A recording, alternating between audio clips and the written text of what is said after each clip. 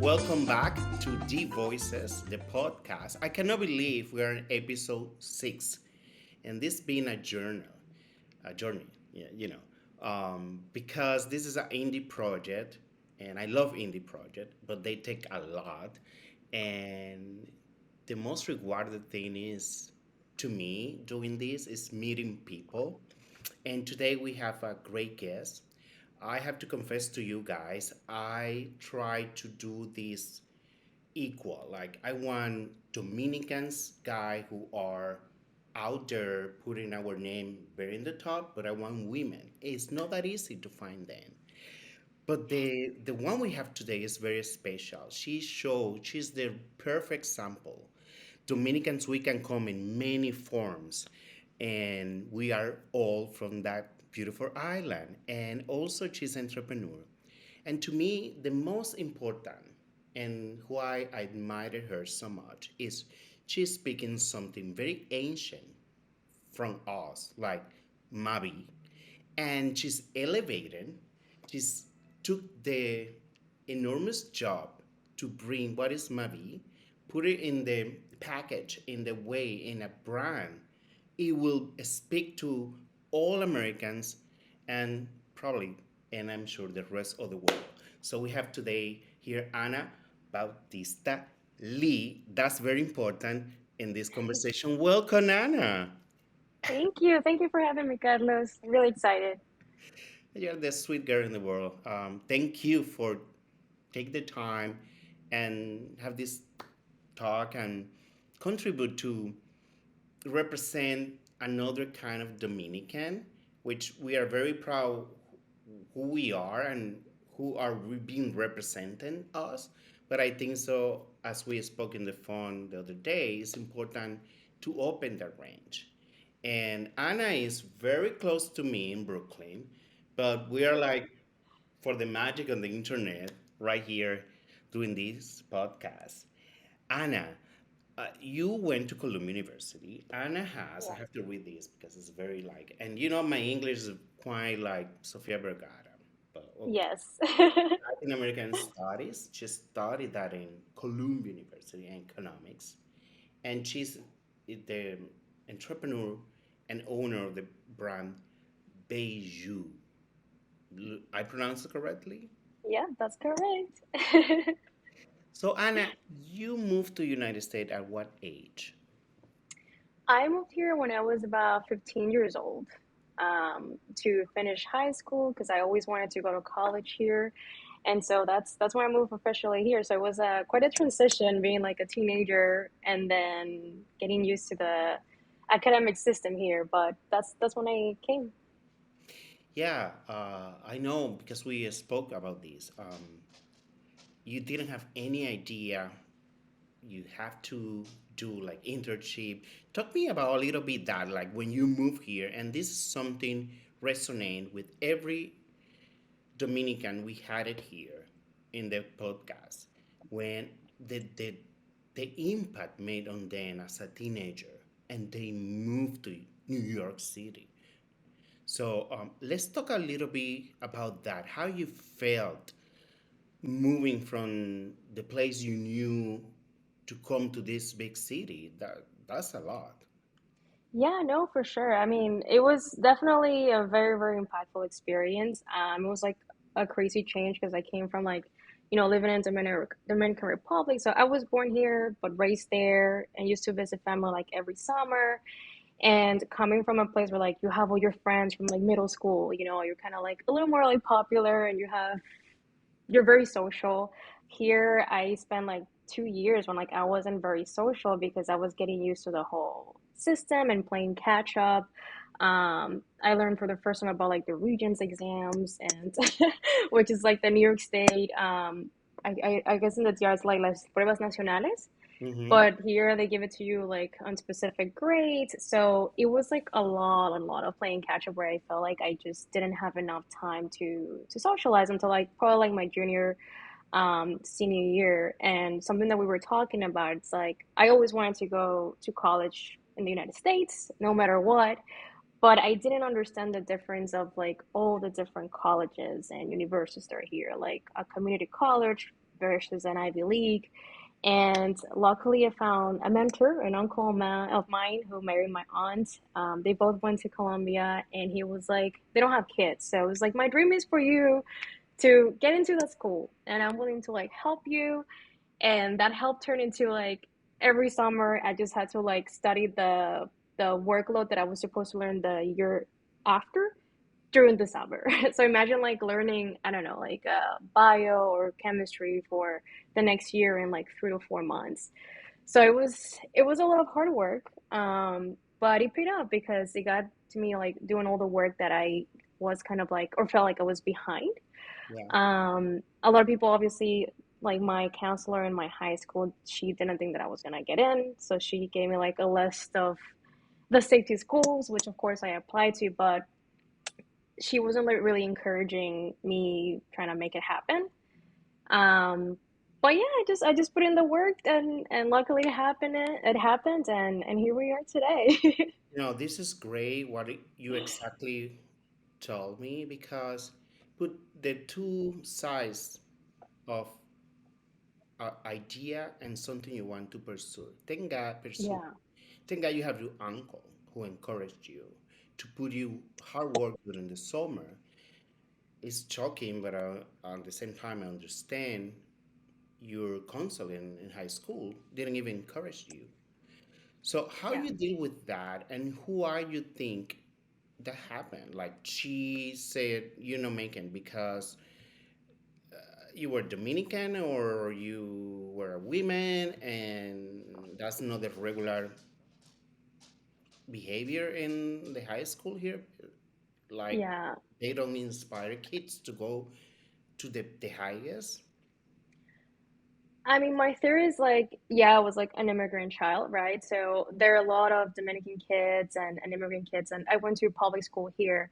And so a lot of most of the students, like the Latino students, they are like in ESL and they're like a little behind. And what I noticed is like all these extra help courses that Mm. they include you, they're not really that helpful. So for example, I got to understand like, oh my God, like had I not had the help and the mentorship from my uncle, I would have not been able to pass these exams. Or like if I wouldn't have like paid for review classes, for example, like they were truly, in my opinion, doing the minimum. Mm-hmm. It's almost like, yeah, we're offering you this, but like it's really on you to really prepare for, Okay. to actually pass them.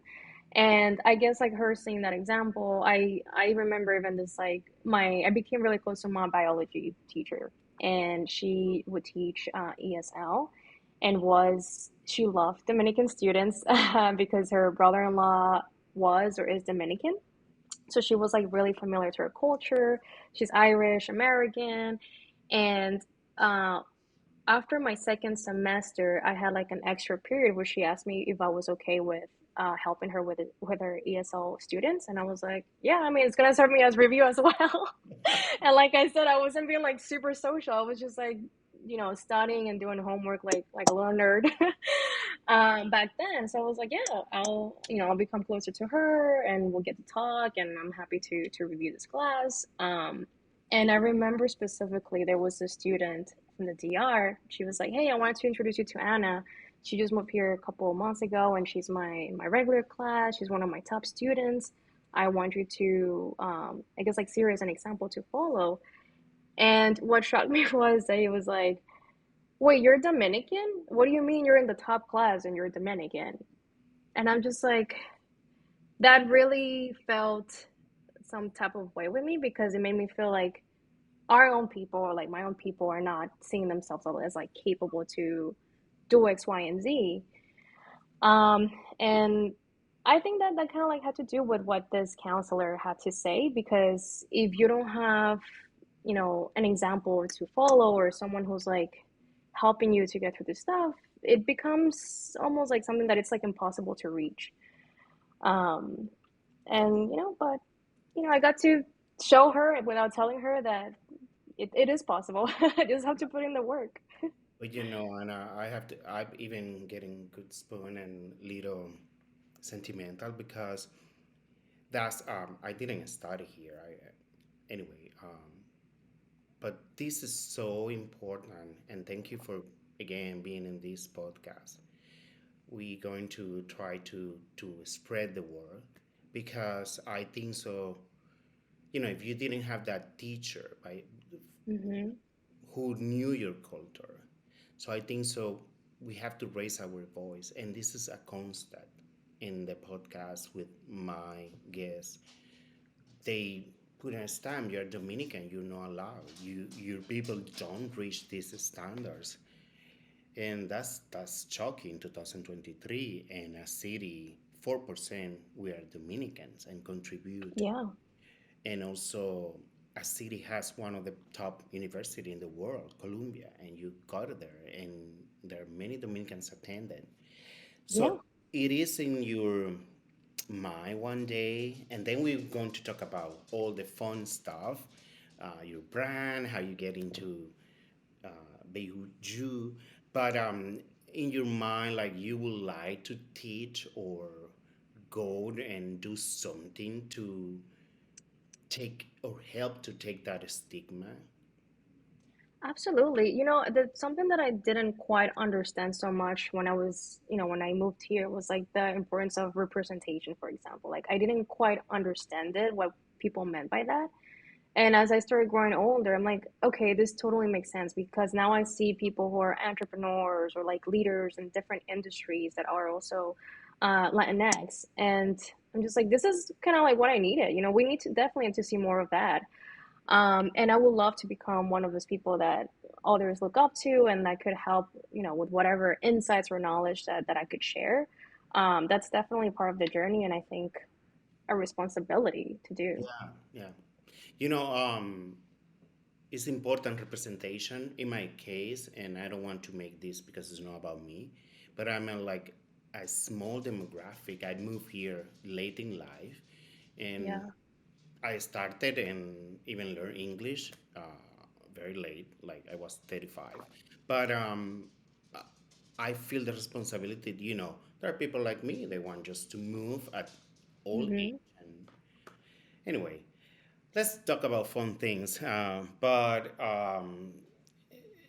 I imagine, that make you the person you are today, and as a teenager dealing with that. That's a lot, I have to say.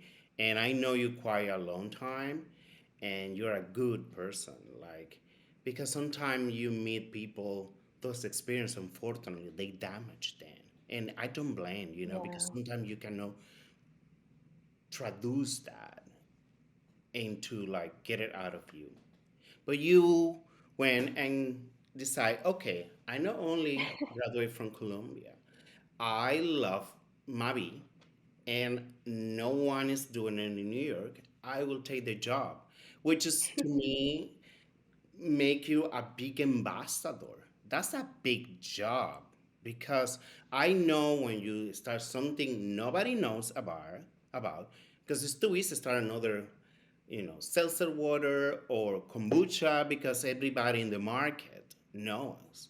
But you take this big and titanic responsibility to educate a totally different market, and you translate it so great. Talk to me about who are you embarking this?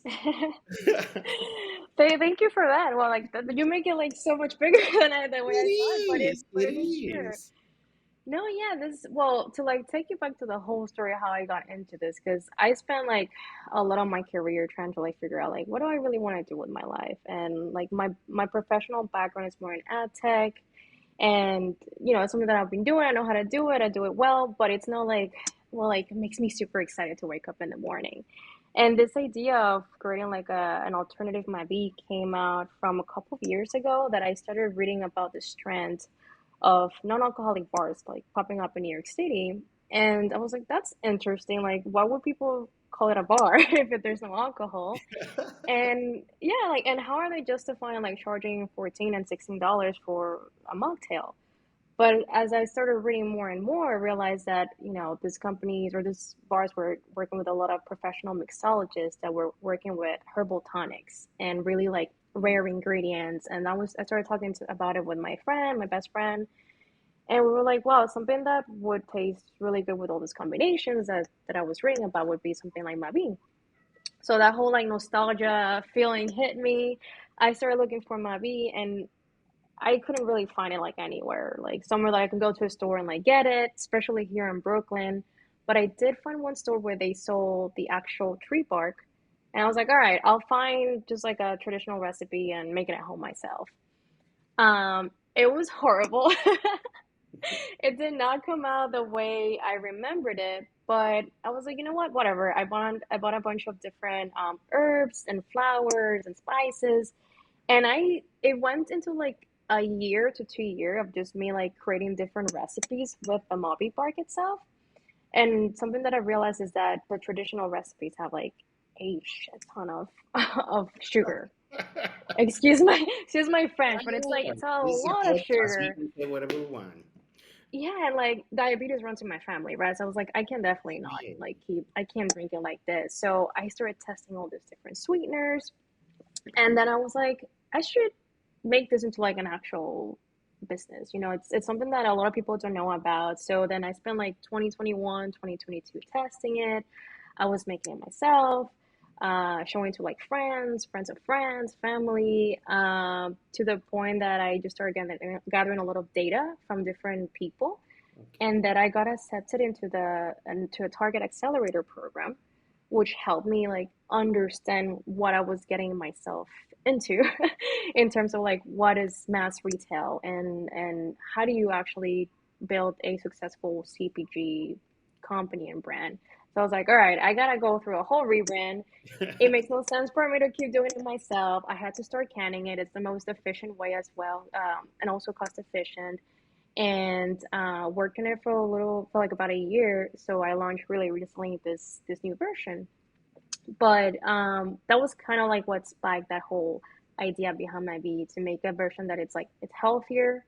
It's healthier for people like my mom or my aunt or my uncle who are diabetics. It's made with organic ingredients, curated herbs and flowers. So it definitely doesn't taste like the traditional mavi that most Caribbean people know about, but it's definitely more palatable for this new market that I'm introducing to, because in the United States, people don't really know what mavi is, or like where it comes from, what it means. Um, and now there are like other beverages like that we could probably compare it to, like tepache from Mexico or yerba mate from Argentina, and this is like our version of it. Yeah, yeah, yeah. Yeah, Puerto yeah. Ricans have Mavi too. So, Who? Puerto Ricans. So put that in Yeah. your graphic. No, so I always thought that Mavi was a Dominican drink, but as I started doing my research, this is from all over the Caribbean. Like this goes back way like not only from like the Taínos time, but also the enslaved people from the Caribbean who created the fermented version that we're the most familiar with. Oh, wow. I didn't know that. Yeah, so it goes back for like a long, long time, like mid 19th century. So that's why, and now this is my next subject. You say something so powerful, and I think so. It's another message we have to push and put in our people because we have to be proud. I'm proud of all the mix make me. Africa, Spain, Taínos. Hmm. And look what you say right now. And you have a very special mix because your mother is half Asian. Yeah. So that's why your last name, second last name is Lee. Hmm. Let's talk about number one, living in Dominican Republic. I know for sure they call you Chinita, La Yep. China.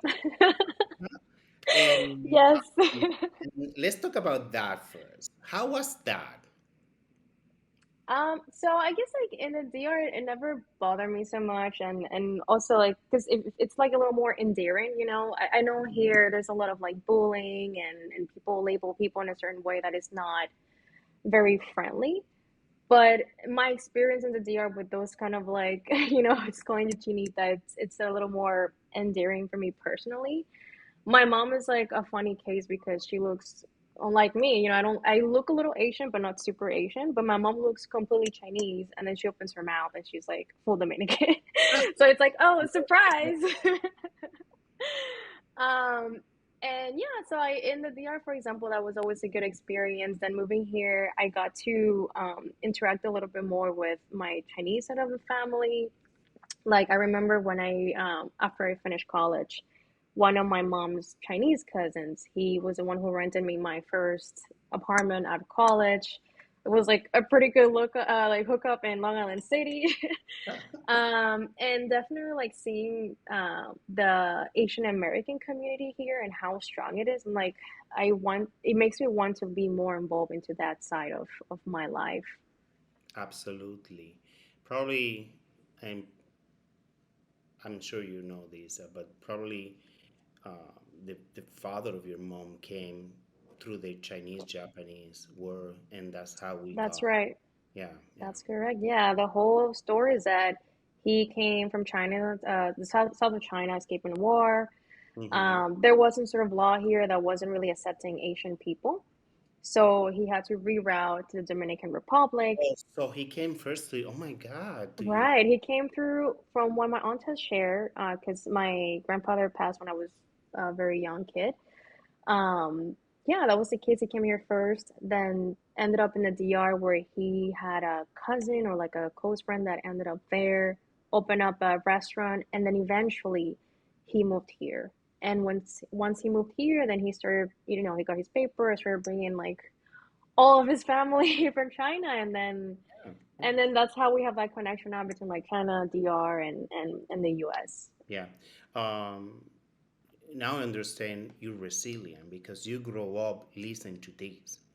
Like imagine you have to leave your home country and you come to the United States and say, no, we're not talking about like you Yeah, went not home here. bar. Like, no, we don't accept you and you went to the next bar. We're talking about you took a chip and came to United States and they say no, you have to reroute it. Imagine come out of that is strength like a lot. Oh my Oh God. yeah. You have this in common with one of our guests in The Voices, October 20, in New Year House, Carmen Rita won. She is Dominican, but her father was Chinese, and I think so. It's so impressive. And the Japanese war brought all these Chinese to Dominican Republic, Cuba. We have this Hmm. great combination of Chinese. What do they call Caribbean Chinese? The Chinese, Latin Chinese, but I love it. And Yeah. you mentioned actually the Asian community here, especially in New York, after everything happened with COVID. Uh, we have to take the world one day at a time, otherwise, so, um, where are your center? Like, what you represent more with being Dominican? Of course, you have more Dominican blood, or you have that thing inside you. I want to explore more my Chinese in heritage. Yeah, of course. And that's a really good question because recently I came across this girl who's mixed, for example. And people tend to say, "Oh, like I'm 50% this, I'm 50% that, or 25% this, that." And in reality, she considers herself 100% of everything that she is. And I'm like, that's a really interesting concept because it's not like in your acts or your actions or the way you behave. It's just like, oh, 25% or 50% of this part of your world. Like it's all you. I definitely, I grew up more with like my Dominican customs and culture, also like being raised there. But as I've been growing older, it's always been like a curiosity of mine to get a little more into that Asian side. Also because I noticed, like I mentioned, like there's like a lot of support within that community. I have a feeling this could be like something like newer, or maybe like we're seeing a little bit more because of social media, Yeah. but it's like it feels a little different than what we have within like our own community, at least like in my experience. So for me it's something that I'm like ongoing and like always looking to get a little bit more off and integrate within my lifestyle. Yeah. Uh, Again, we are from an island who was a melting pot. Everybody stopped there. Like I have French Yeah. family, but I think so is also very strong, and you identify yourself with that culture. I don't know, and well, um, social media. You just mentioned it. How you think? Because we know all the negative sides, and I believe in them, and I try to not get. Of course, I don't have the age, but you are in that generation. So, but let's talk about positive things you can tell to people who want to start their business, Mhm. advantage they can take from social media. Oh my God, social media, like you mentioned, there's like a lot of negative aspects of it, but just like everything that gets, out in the world, there's like a positive side and a negative side. I think the positive thing is making things like this possible, like we connected through social media. Like you said, we're like live close to each other now. Like we're doing this because we made that connection earlier Yeah. through all these social platforms. Um, I found out about accelerators, grants, other entrepreneurs, styles of creating content, for example, which I'm not very good at myself, but it's totally a learning tool. And the thing that I definitely think that we need to be careful with social media is like there is so much information you have to be able to double verify. Like sometimes we see things that are like insane and we just like keep repeating it and it's like, okay, you just gotta make sure it's actual real information, not fake news. Um, but it's such a resourceful tool for people who want to get a business Yeah. started, also to reach out to other people, get your message across, um, and just being smart and strategic about how to use it. I feel like there's always like the funny memes and the funny videos to share, but there is very very valuable information that you don't even have to pay for, that it's available out there. So just be a little more selective with the kind of content that you Yeah. consume. It's a tool people like me didn't grow up with. Yeah. Um, you mentioned the accelerator programs, and you didn't like it, but you went to one. And how was the experience? And yeah, I loved it. Actually, it was an 8 week what do you call it? Like extensive, not extensive, like accelerated program, right? Obviously it's an accelerator, but intensive.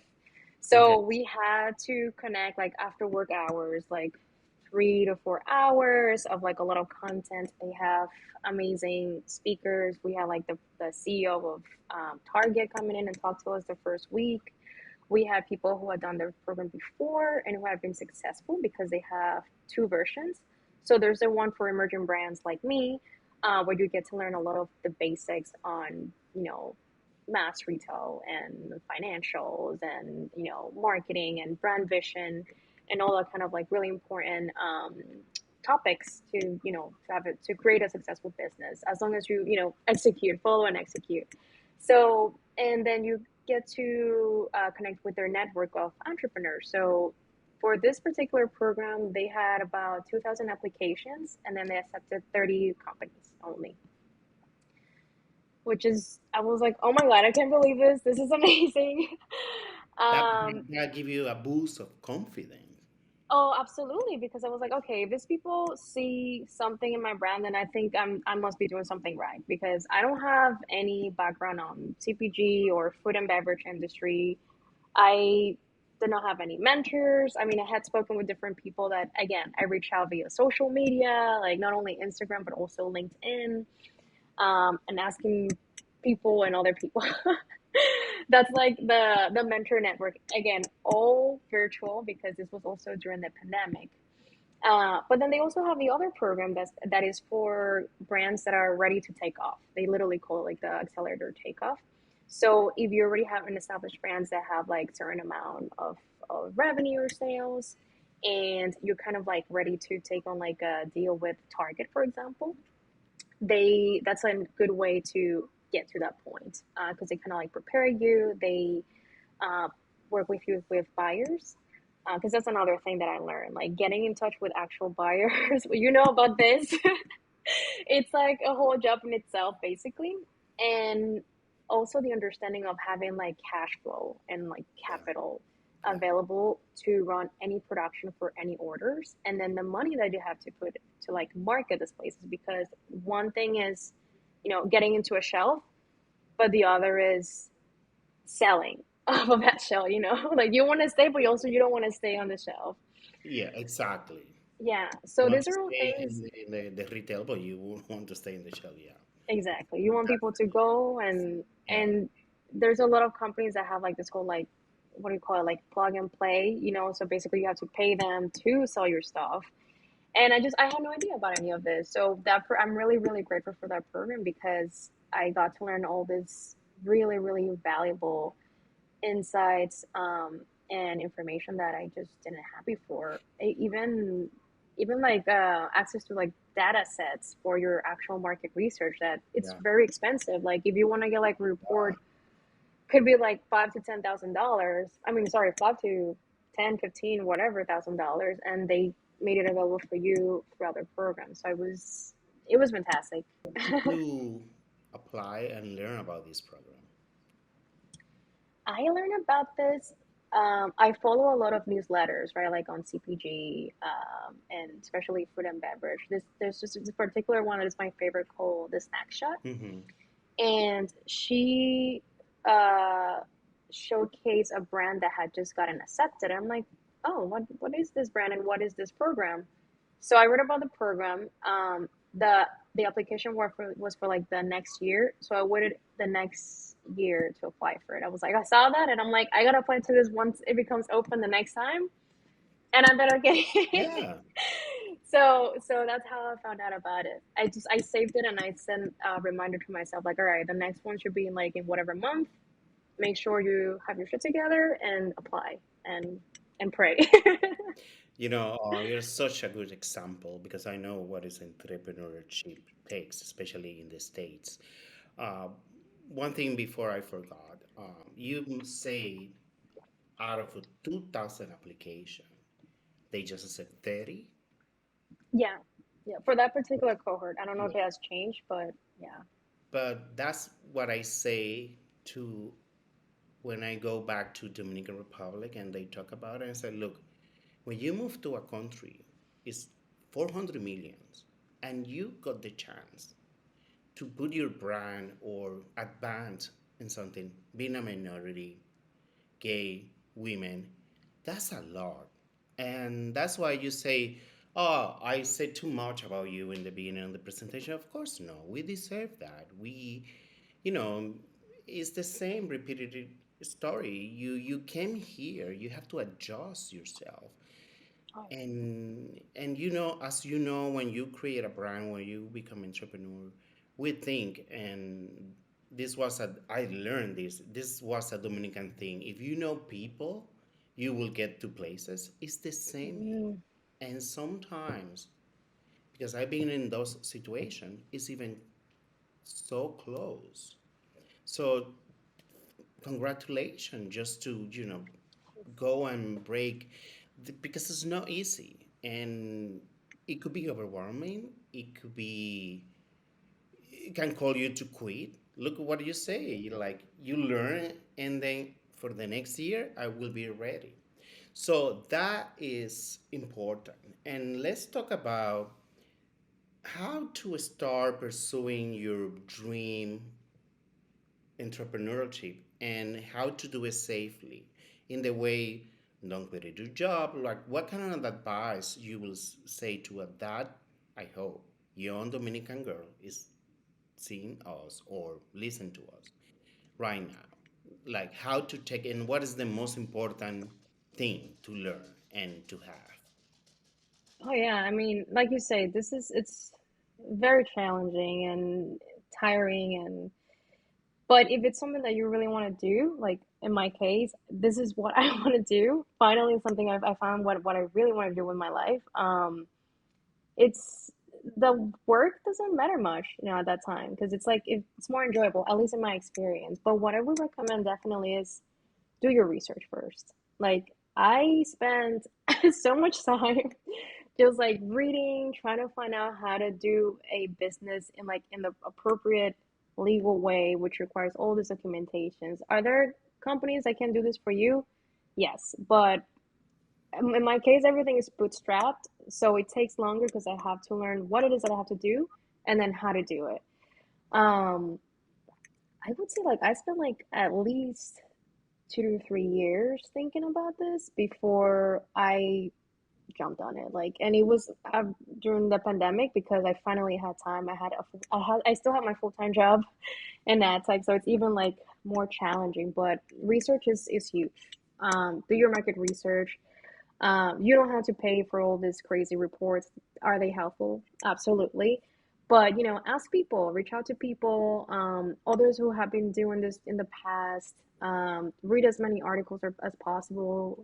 Join newsletters that are related to that Yes. particular industry that you're interested in, and then organize yourself. Like, okay, create kind of like a timeline. By this time, I want to register the company. By this time, I want to start creating all this the concept, because that's also the thing. Like, you can do services, but also building a product from scratch is so much harder than I expected. I have been learning a lot about product development, project management, financials, marketing. It's like all of the departments. Financials is always like this is the biggest struggle for me. But it's the most important, right? Like you gotta have Yeah. that cash to get started. Especially like in my case, it's like self-funded. I haven't gone to like raise any funds just yet, because I want to do as much as I can with my own money. Um, and that's also You kind will of like the pay. You struggle. will pay it off. Believe me. Huh? It will Oh, pay. okay. Yeah, because That's, already I you. hope so. Yeah, you already built something. Looks it is, but looks legitimate, Yeah. established. Yeah. No, so it's like it depends on like what you have available. If you have the resources to have, pay an agency or pay someone to help you to do or like the heavy lifting of the legal paperwork and also of creating a product or the service, whatever it is. Um, but yeah, I would say market research, number one. Get your financials together, understand kind of like what it's gonna cost to get something started, and then how to like, keep you or like maintain you for like the next couple months. If you have a job, I wish I could just, say goodbye now, but like I can't. Um, so I would say keep it as much or for as long as you can because it definitely, I know it's hard to say to part ways, especially if you have like benefits and Yeah. all that kind of stuff. Um, and make sure that you are testing this with people. Because the way my beverage looks and tastes and feels now is very different from how it started. So having that feedback and all like what we call data collection, right, of how people see, think, and taste, it's very, very important. Yeah. It'll help you refine your product. Yes. And that's a great point because culturally, Latin and Dominican people, we don't like to take comments or exactly what you Yeah. mentioned. And definitely you have to I guess I'm sure young kids they are different when I grew up, but that's something I will say I learned living in the United States, especially in New York. Is if you're not humble, this place make you humble. You have to take Oh criticism yeah. and learn that from them and traduce and do it better. Look what you say. Like your brand doesn't look and it is 100% true. Doesn't look, doesn't taste the same. So Hmm. that's why you took all the feedback, and that's important. That's very important. And I guess also patient, no? Patience is huge. I know it very cultural. Dominican is like, let's go, let's do this right now. It's now or never. And I, it's good and bad. Like I was saying, everything there's like a good part and a bad part because I struggle a lot with like, okay, this needs to happen now. If not me, then who? Like, kind of like internally telling myself to make sure that I don't like, I'm not like slacking, right? Or like delaying things.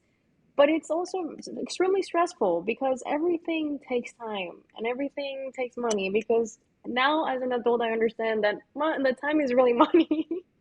I didn't quite understand that before, but that's I think that's a universal truth. It is. And yeah, it's really culture for us to just like jump and just like como desesperado and See, do things, which is it's great because it's like, all right, let's go, let's get it started. But then we tend to like not have patience to see that develop, right? yeah, And then it's like if you don't, you know, it's a lot of work. Like I said, like I'm very impatient, but especially with this city, it tells you like calm down, you know, like yeah, this yeah, will take time. And no, the first thing, like just because it's like your first version, like this is not the best, even if you feel that way. yeah. It'll take work. It always takes a lot of work. And when you don't have the amount of money, because I see it in the beauty side, you come in the same time, and this person has so much money to Oh burn my God, yeah. and of course, but don't get discouraged by that. Oh my God, Anna, we can continue talking for hours. I really so glad we connect. That's something you mentioned about social media, and I think so because everybody has their own journal, and when you start entrepreneurships, people say, you know what, somebody back in the day helped me. So I think so Hmm. we have that in our soul, like let me do whatever I can, even repost or post something. That's important. I'm so glad we met, Me and too. we can, you know, talk about all this, and I'm very proud of you. I Thank think you. it's something human we have to start saying, and as every guest I got in this little podcast, I'm very proud of them, and because we share this nationality and we share similar stories, and Hmm. that's something unique and make us unique, and that's who you Absolutely. are. 100%. Okay, so let's talk soon. I have to go to the market with you. Uh, Yeah, yeah. Um, the Beiju. How do you say? Oh my God, Bayou. Beiju. Yes. Como Bejuco. Yeah, Yeah. so that's actually where I changed the name because the last one was like might be like too similar. Like yeah, Americans don't know it, but like we know it. So it came actually from the word bejuco, bejuco India. I was like, how would you say bejuco with an English accent, like bejuco?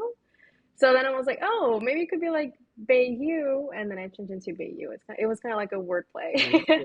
established the translation of Bejuco in English. We have to Yeah. send that to the Academy of English, whatever they call Yes. it. Let's make it happen. Thank you so much. And this was a great conversation. You're a great No, thank talker. you. You're ready Thank you. to go out there and tell your story. And I'm sure so many people will identify. And yeah, you have a lot to offer to the world.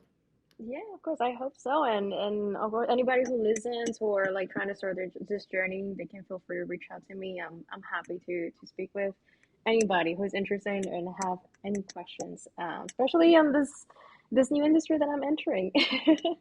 You're a pioneer. And last thing you mentioned, because you don't have the resources to learn, to pay for people, you have to learn. And that even make you more powerful because you know every aspect of your business. And as you know, when you go back to Ford and all these big names, they built something. They started from scratch and they learn everything. And that's how you base your brand and your legacy. So good for you. That's right. Knowledge is power, as they say. Thank you, Anna. Thank you.